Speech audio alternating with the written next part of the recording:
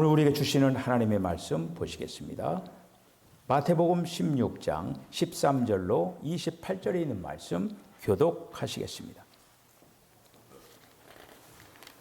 예수께서 빌립보 가이사랴 지방에 이르러 제자들에게 물어 이르시되 사람들이 인자를 누구라 하느냐?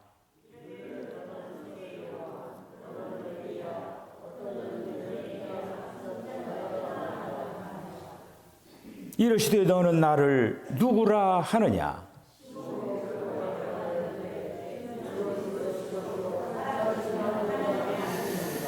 예수께서 이르시되 바요나 시몬아 내가 복이 있도다. 이를 내게 알게 한 이는 혈육이 아니요 하늘에 계신 내 아버지시니라.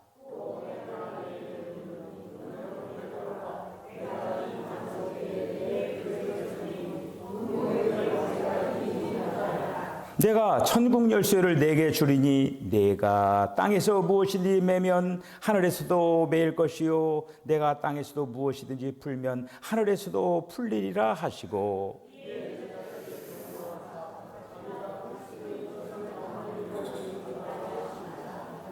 이때로부터 예수 그리스도께서 자기가 예루살렘에 올라가 장로들과 대제장들과 서기관들에게 많은 고난을 받고 죽임을 당하고 제3일에 살아나야 할 것을 제자들에게 비로소 나타내시니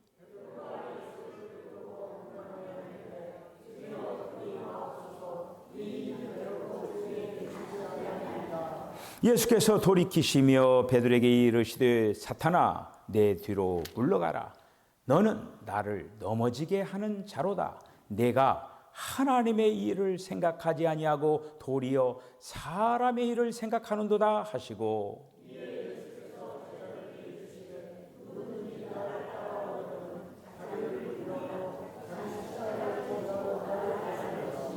누구든지 제 목숨을 구원하고자 하면 잃을 것이요 누구든지 나를 위하여 제 목숨을 잃으면 찾으리라.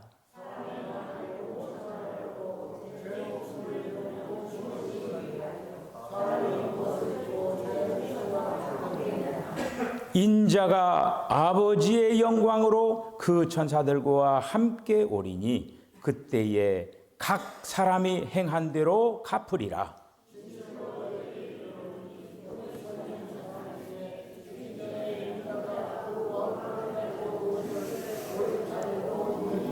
아멘. 기도하겠습니다. 주님, 은혜와 사랑을 감사합니다. 주님이 우리의 반석이시오. 또 주님께서 우리의 방패이십니다. 반석 위에 저희들을 올려놓아 주시고 영적인 싸움에서 우리 주님이 저희들에게 방패가 되어 주셔서 날마다 승전고의 삶을 살아갈 수 있도록 하나님 도와주시기를 원합니다. 오늘도 우리 찾아난 성도들에게 하나님 은혜를 베풀어 주시기를 원합니다. 오늘도 하늘의 문을 활짝 여시고 저들 하나하나가 오늘 말씀을 통하여서 교회에 대한 분명한 이해를 가질 수 있도록 하나님 축복하여 주시옵소서. 예수님의 이름으로 기도하옵나이다. 아멘. 할렐루야. 우리가 세상을 살아가면서 뭔가를 정확히 알고 살아가는 게 굉장히 중요합니다. 여러 가지 정확히 알아야 될 그 부분들이 많이 있죠. 특별히 이제 신앙생활 하면서 우리는 지금 교회에 다니고 있고 교회 생활을 하고 있고 그리고 또 우리가 이 땅에서 주님의 몸된 교회를 지금 세워나가고 있죠. 특별히 오늘날 우리 이제 기독교 안에 여러 가지로 참 부정적인 어떤 모습들이 많이 나타나고 그리고 또 교회가 사회에서 빛과 소금의 역할을 감당하지 못하는 그런 부분도 많이 이렇게 있죠. 저는 이러한 모든 부분의 근본적인 원인이 어디 있느냐? 교회론이 잘못되었다. 교회에 대한 어떤 개념. 그래서 오늘 제가 이제 진정한 교회 이런 제목으로 우리가 뭐 교회에 대한 어떤 전체적인 이해를 할 수 없지만은 그래도 주님이 맨 처음에 이 땅에 오셔서 제자들에게 처음 교회에 대한 이 얘기, 그 계시를 이 마태복음 16장에서 처음으로 교회에 관한 그 말씀을, 그 단어를 가장 먼저 얘기했어요. 그래 오늘 이제 우리 사랑하는 성도 여러분, 우리 모두가 이 땅 위에 주님이 세우시기를 원하시는 그 교회, 진정한 그 교회가 무엇인가 한번 살펴보면서 같이 은혜를 공유하기를 원합니다. 오늘 예수님께서 제자들과 함께 가이사라 빌립보라고 하는 그 지역으로 이제 가십니다. 그 가이사라 빌립보 지역이라고 하는 그 지역은 어디 있냐면 그 이스라엘의 지도가 이렇게 길쭉하잖아요. 이렇게 지중해가 있고 그 다음에 지중해를 중심으로 길쭉하게 쫙 이렇게 있어요. 그런데 이 가이사라 빌립보는 북단에 있어요. 북쪽에 헐몬산은 굉장히 높은 산입니다. 거기에는 그 눈들이 이렇게 있어요. 오래된 눈들이. 그래서 바로 그 헐몬산 그 아래자락에 이 가이사라 빌립보라고 하는 그 지역이 있는 거예요. 근데 그 가이사라 빌립보 지역 거기는 로마 황제의 거대한 신전이 있습니다. 거대한 신전도 있고 그 다음에 이방신 이 판이라고 하는 그러한 신을 섬기는 아주 화려한 그 사원들이 즐비하게 쫙 있는 곳이 어디냐? 바로 가이사라 빌립보라고 하는 지역이라고 하는 거예요. 그러니까 세상 권력과 물질, 종교적 화려함이 압도적으로 그곳에 어떻게 보면 펼쳐져 있는 그곳으로 예수님이 제자들을 데리고 그곳에 간 겁니다. 그런 아주 화려하고 종교적으로 세상적으로 보면은 그러한 곳에 어떻게 보면 예수님과 그 제자들의 모습을 한번 생각해 보세요. 굉장히 초라해 보지 않습니까? 예, 초라한 그 어떤 무리가 거기에 이제 가는 거예요. 자, 그런데 예수님께서 그 가이사라 빌립보로 간 그곳에 거기 어떻게 보면 우상들이 득실거리는 곳이에요. 거기에 가서 예수님께서 제자들에게 조용히 묻습니다. 사람들이 나를 누구라고 하느냐 물어보는 거예요. 그러니까 거기 이제 세례 요한이라고 하기도 하고 엘리야라고도 하고 예레미야라고도 하고 선지자 중에 한 사람입니다. 이렇게 얘기를 하는 거예요. 자, 주님은 이러한 대답에 대해서 단지 주님을 어떤 스승, 훌륭한 스승, 그리고 인물, 윤리적 인물, 이런 어떤 여론을 들으려고 하는 것이 아니라 그때 아주 날카로운 질문을 예수님께서 하십니다. 뭐라고 말씀하느냐? 너희는 나를 누구라고 하느냐? 이렇게 물어보는 거예요. 자, 이와 같은 똑같은 질문을 오늘 우리 사랑하는 석천교회 성도들 한 사람 한 사람이 예수님께부터 받으셨다고 한번 생각해 보셔요. 여러분이 대답해 보세요 한번. 너희들은 나를 누구라고 하느냐? 여러분 한 사람 한 사람이 그 예수를 누구라고 하느냐? 한번 자문자답 한번 해보시고 말씀으로 천천히 접근을 해보도록 하겠습니다. 자, 우리가 먼저 기억해야 될 것은 뭐냐? 교회는 올바른 신앙 고백이라고 하는 견고한 반석 위에 세워진다고 하는 사실이에요. 올바른, 바른 신앙 고백. 그러면서 그 베드로가 이제 그 대답을 하잖아요. 베드로의 고백. 주는 그리스도시요 살아계신 하나님의 아들이십니다. 이렇게 얘기하잖아요. 그러니까 그 예수님께서 그 대답을 듣고 어떻게 보면은 예수님이 듣고자 하는 대답이었어요. 여러분들 만약에 이 시간에 너희들이 나를 누구라고 하느냐? 여러분들이 진정으로 신앙 고백적으로 그렇게 얘기를 했다고 하면은 예수님이 칭찬하실 거예요. 그러면서 베드로에게 뭐라고 얘기합니까? 이것을 알게 하는 것은 혈육이 아니로 하늘에 계신 너희 아버지께서 알게 하셨다. 이렇게 하면서 칭찬을 하는 거예요. 그러면서 너무너무 기뻐하시면서 너는 베드로라. 내가 이 반석 위에 거기서 내 교회를 세우리니. 내 교회가 나오는 내 교회. 거기를 내 교회를 세우리니 하면서 선포를 하십니다. 교회는 세상의 어떤 지식이나 사람의 열심으로 세워지는 어떤 조직이 아닙니다. 오직 하나님 아버지가 주신, 오늘 예수님이 주신 그 계시, 그 반석 위에 내 교회를 세우겠다라고 하는 이 계시 위에 세워진다라고 하는 거예요.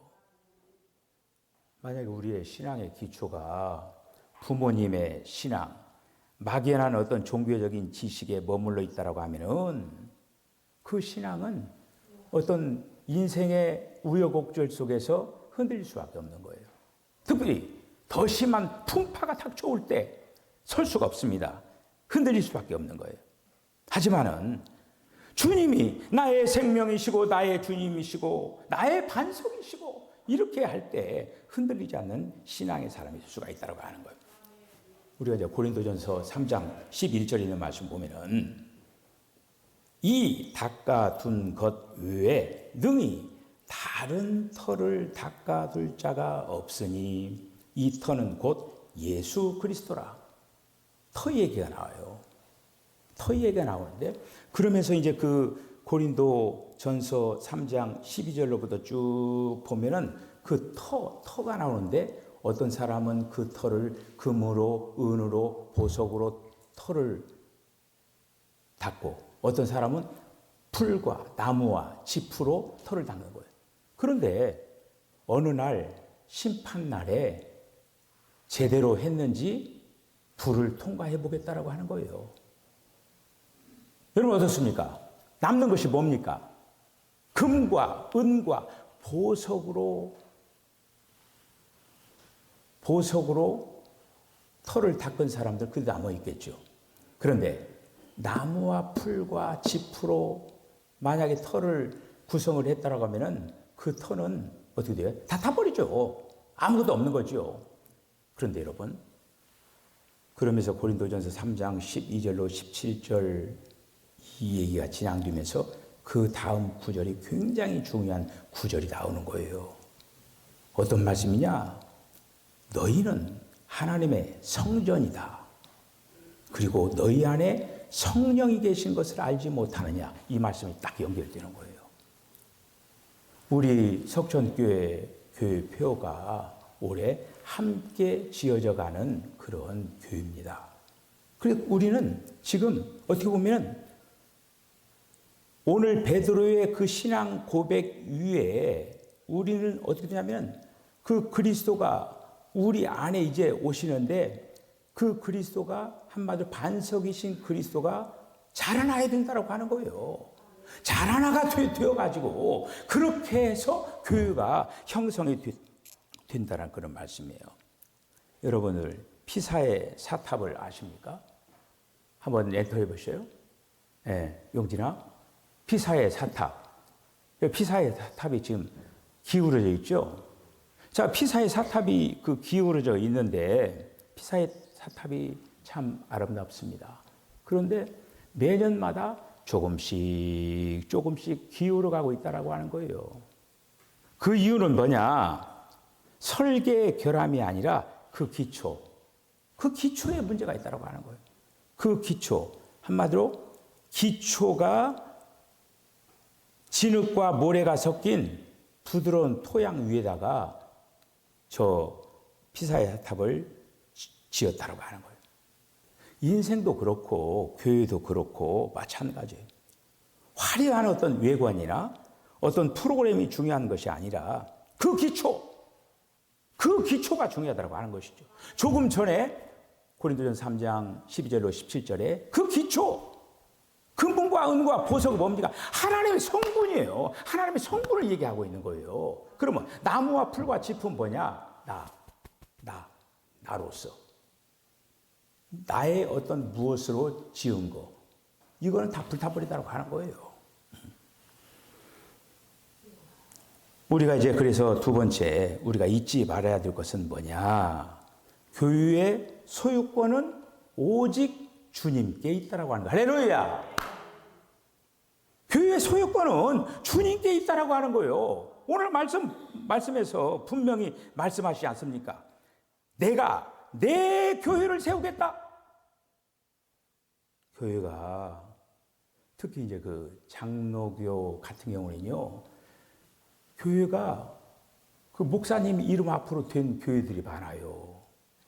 근데 우리 기독교에 대한 감리회는 어떠냐면요, 유지재단, 기독교 대한감리회 유지재단에 다 이 재산이 거기에 다 맡겨져 있는 거예요, 이거가. 그러면서 그리고 또 어떤 교회라고 하는 것이 목회자라든지 어떤 특정 중직자의 소유가 되어서는 안 된다고 하는 거예요. 교회라고 하는 것은 에클레시아, 세상으로부터 불러냄을 받은 자들의 모임. 다시 말씀드리면 교회는 건물이 아니라 주님의 부름을 받은 우리 자신이 바로 교회라고 하는 거예요. 할렐루야! 우리 자신이 교회예요, 교회. 그러니까 우리는 어디에다가 관심을 가져야 되냐? 이 교회인 나에게 관심을 가져야 된다고 하는 거죠. 우리 안에 지금 건축자가 건축을 하고 계시는 거예요. 우리 안에 무엇을? 교회를 건축하고 있는 거예요. 여러분, 만약에 교회의 주인이 사람이 될 때 그 교회는 힘을 잃어버리고 흔들리고 여러 가지로 문제가 발생합니다. 어떤 그 교회에 사람이 주인 노릇하면은 교회가 문제가 발생한다고 하는 거예요. 우리는 주님의 머리가 되심을 인정해야 돼요. 교회의 머리, 교회의 바로 주인이 주님이시다.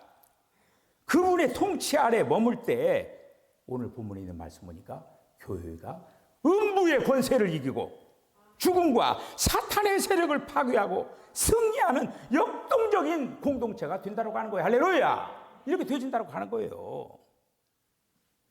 교회는 그저 모여가지고 친교하는 것이 아니라 사탄의 그 전략을 무너뜨리고 하늘의 권세를 이 땅에 집행하는 그런 통로의 역할을 하는 것이 교회다라고 하는 거예요. 할렐루야!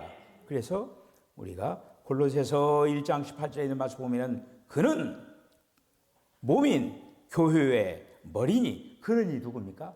예수님이에요. 예수님이 교회의 머리라고 하는 거예요. 여러분, 그 사고 난 것 중에 뇌가 다치는 경우가 있죠. 뇌사 상태라고 하죠. 사람이 뇌사 상태가 되면 어떻게 됩니까? 사람 노릇도 못하고 죽어야 돼요. 머리가 중요한 거예요. 교회의 머리가 누구냐? 그리스도예요. 할렐루야. 자, 그래서 분명히 골로새서 1장 18절에 있는 말씀 보면은 그는 몸인 교회의 머리시니 그가 근본이요 죽은 자들 가운데서 먼저 나신 자이시니 이는 친히 만물의 으뜸이 되심이라. 할렐루야.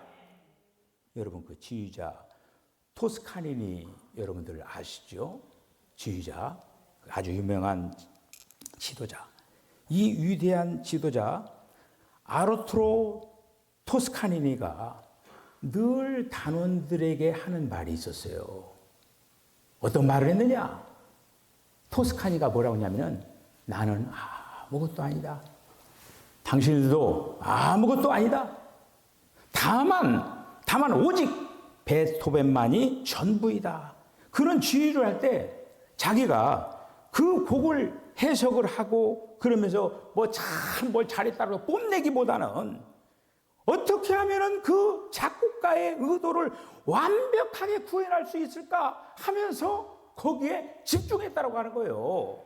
여러분, 주님의 교회를 세우는 자의 자세가 이러해야 된다고 합니다. 주님, 저는 아무것도 아닙니다. I am nothing. 나는 아무것도 아닙니다. 오직 주님만이 전부이십니다. 할렐루야. 이렇게 돼야 된다고. 이것이 바로 주님의 주권을 인정하는 자의 위대함이라고 하는 거예요. 토스카니가 어떻게 그렇게 위대했느냐? 자기를 나타낸 거 아니라 그 곡을 작곡한 사람을 올렸다고 하는 거예요. 우리는 교회에서 주님을 올려야 돼요. 주님을. 할렐루야. 그 다음에 우리는 오늘 이제 세 번째 보면은 자기를 부인하고 십자가를 지는 그 제자의 길을 가야 된다라고 하는 거예요. 영광스러운 교회. 영광스러운 교회에 나가는 길은, 유일한 길은 뭐냐? 자기 자신을 부인하고 자기 십자가를 짊어지고 가는 거예요. 할렐루야. 자, 그래서 주님이 이제 딱 베드로의 그 고백을 들었어요. 그래서 주님이 아주 야, 얘네들 이제 뭔가를 이제 아는구나 하면서 내가 드디어 이제 이 땅에 온 목적을 좀 알려야 되겠다. 그래서 예수님이 드디어 입을 열어가지고 예수님이 죽으신다라고 하는 얘기하는 거예요. 이제 죽고 부활하는 얘기를 했는데, 베드로가 금방 그렇게 얘기했던 베드로가 예수님이 죽는다라고 하는 그 얘기를 듣고 예수님보다 그 베드로가 나이가 많잖아요. 예수님을 불렀어요. 불러가지고 한쪽 데려가서 예수님 왜 그런 말씀하십니까? 지금 예루살렘에 올라가가지고 우리가 한판 뭔가를 하려고 하는 그걸 기대하고 있는데, 그런데 그때 예수님이 뭐라고 얘기합니까? 베드로 향해서 사탄아 물러가라. 뒤로 물러가라. 내가 하나님의 일을 생각지 아니하고 사람의 일을 생각하노다 하면서 바로 베드로가 하나님의 뜻, 하나님의 경륜을 생각하지 않고 사람의 일, 즉 인간적인 그런 어떤 것, 이런 것들을 생각할 때 주님이 그 사랑하는 제자 베드로를 향해서 사탄이라고 한 거예요. 주님은 거기서 선포하는 거예요. 뭐라고 선포하느냐? 누구든지 나를 따라 오려거든 자기를 부인하고 자기 십자가를 지고 나를 따를 것이니라. 할렐루야. 자기를 부인하고 내 안에 있는 가짜 자아, 욕망, 교만, 의견, 이 혼생명, 나의 혼생명, 이것을 십자가에 못 박을 때 비로소 그리스도의 생명이 우리에게서 나타난다고 하는 거예요. 그러면서 어떻게 되느냐? 주님의 몸이 건축되어 가고 건축된다라고 하는 거예요. 자기 자신을 부인하고 우리가 십자가를 짊어질 때 드디어 우리 안에서 그리스도가 자라날 뿐만 아니라 드디어 교회가 건축된다라고 하는 거예요. 갈라디아서 2장 20절에 있는 말씀 보면 내가 그리스도와 함께 십자가에 못 박혔나니 그런즉 이제는 내가 사는 것이 아니라 내 안에 그리스도께서 사신다. 할렐루야. 여러분 안에 그리스도가 살고 계십니까? 안 살고 계시다라고 하면 뭐냐면 자기 충천이에요. 자기 충만. 그 사람 안에는 주님이 살 수가 없는 거예요. 그 C.T. 스터디라고 하는 사람이 있거든요. 근데 이 사람은 기독교 역사상 가장 극진적인 그리고 아주 열정적인 그런 어떤 선교사였어요. 그가 남긴 그 아주 유명한 고백이면서 그 스터드 이 사람의 삶을 관통시키는 그런 인생관이 있었어요. 그건 뭐냐? 바로 이거예요. 예수 그리스도가 하나님이며 나를 위해 죽으셨다면 그분을 위한 어떤 희생도 결코 크다고 할 수가 없다. 이 사람이 이렇게 선언을 했어요. 여러분 심령 안에 어떤 울림을 주지 않습니까? 이 C.T. 스터드라고 하는 사람은요, 당시에 영국 최고의 명문가의 아들이었습니다. 그리고 그 당시 영국 국가대표 크리켓이라고 하는 그 스포츠가 있잖아요. 크리켓 선수였어요. 크리켓 선수였는데 아주 잘했어요. 오늘날로 말하면은 최고의 인기와 부를 손에 거머쥔, 다시 말씀하면 스타 플레이였어요. 사람들에게 추앙받는. 그런데 그가 하나님을 믿으면서 아주 깊은 영적인 그런 침체기를 경험을 합니다. 그러면서 하나님 앞에 완전히 그가 거꾸러진 다음에 자신의 그동안에 쌓아올렸던 그 모든 명성을 뒤로 하면서 선교사 되기로 결단을 하는 거예요.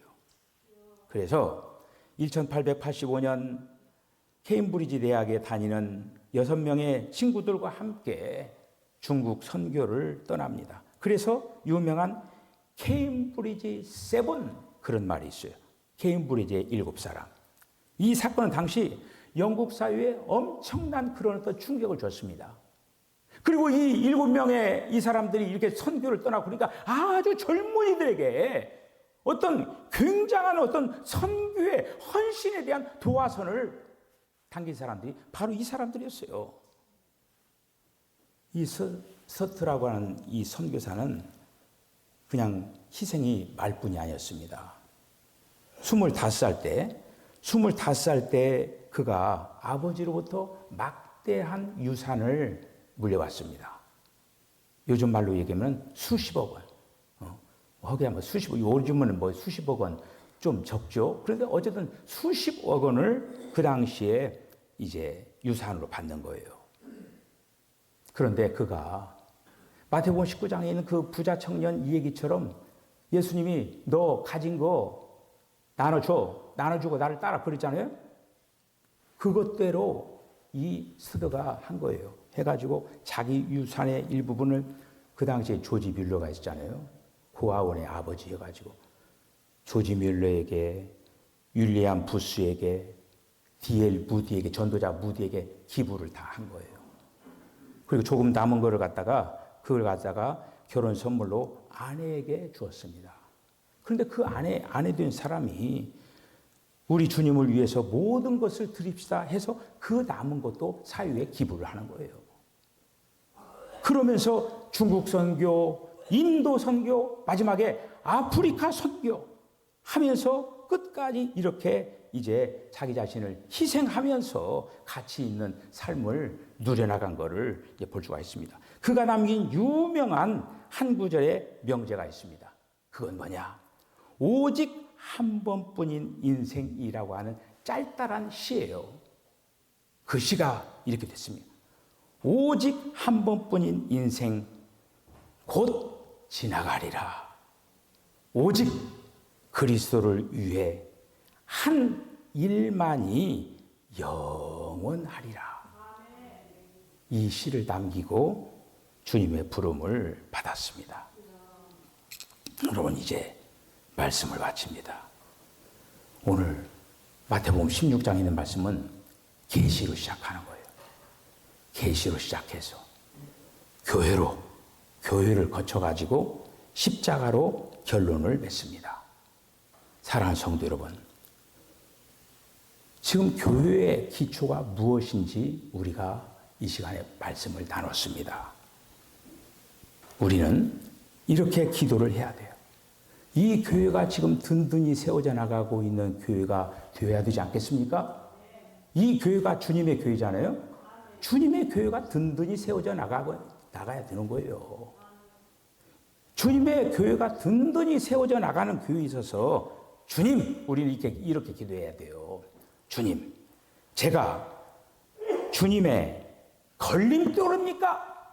아니면은 디딤돌입니까? 물어봐야 돼요.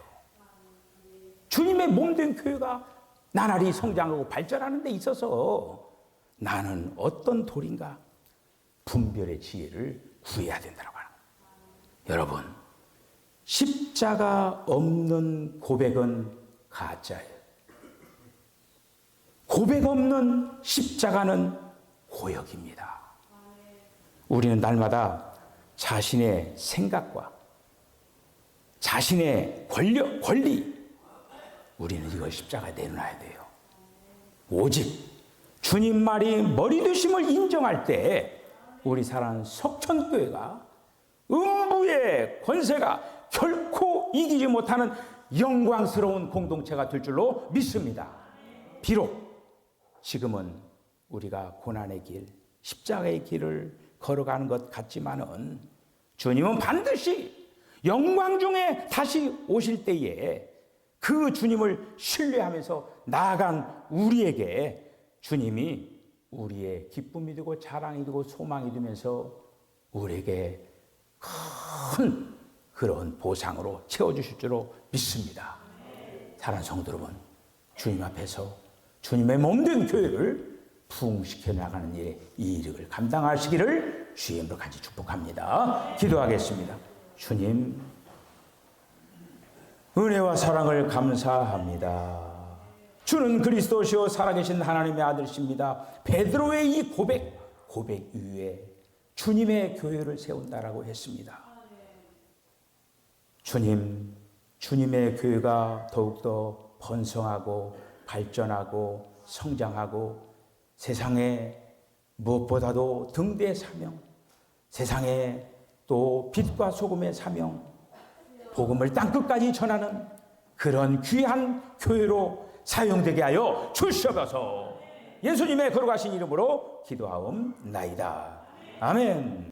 지금은 우리 주님 예수 그리스도의 거룩하신 은혜와 하나님 아버지의 극진하신 사랑과 성령의 감동 감화 교통하심이 주님 교회, 내 교회, 진정한 교회를 세우기로 결단하는 우리 사랑하는 성들의 심령과 가정과 기업과 저들의 삶 가운데 지금부터 영원까지 함께 하시기를 간절히 축원하옵나이다. 아멘.